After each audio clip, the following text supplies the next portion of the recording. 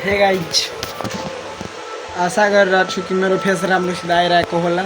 मेरो यो first introduction भनौँ या भिडियो भनौँ बिना स्क्रिप्टको छ। मतलब म योभन्दा पहिला बनाएको छु, तर युट्युबमा यस्तो बिना स्क्रिप्टको चाहिँ बनाएको छैन होला। अनि यो चाहिँ फर्स्ट हो। आजदेखि मेरो लाइफको रिसेट छ। यो भिडियोको लागि मात्रै छ, रियल लाइफमा त अब हुन्छ। लाइक यस्तो छ कि मेरो प्लान चाहिँ यस्तो रहन्छ कि अब म चाहिँ धेरै लेजी हो, मलाई लाग्छ यस्तो। तर म चाहिँ इम्प्रुभ गर्न चाहन्छु डेली आफ्नो म चाहिँ डेली इम्प्रुभ गर्न चाहन्छु आफ्नो शरीरलाई, आफ्नो बडीलाई, कि डेली इम्प्रुभ होस्। 1% होस् या 0.5 होस् या 0.1 होस्, जति होस् म इम्प्रुभ गर्न चाहन्छु।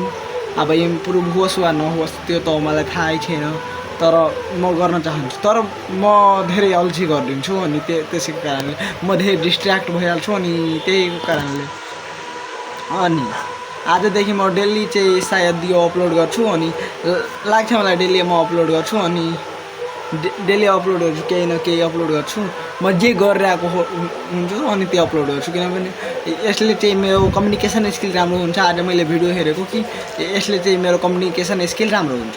ओके, अनि म यहाँ चाहिँ टच बालेको छु कि मेरो फेसमा राम्रो लाइट आओस्।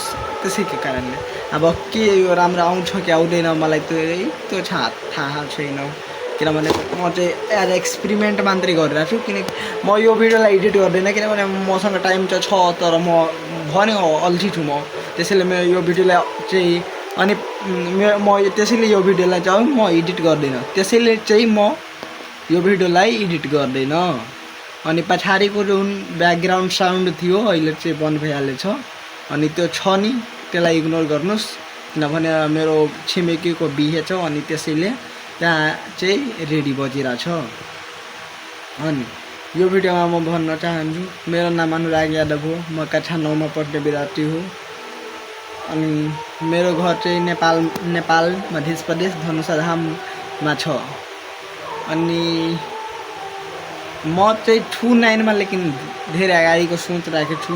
आशा गर्छु कि म फ्युचरमा गएर यति अगाडिको सोच छ, अनि म चाहिँ यो अचिभ गर्न पाओस्। अलि म चाहिँ स्लो बोल्न चाहन्छु, किनभने अलि स्लो बोले, मतलब स्लो होइन,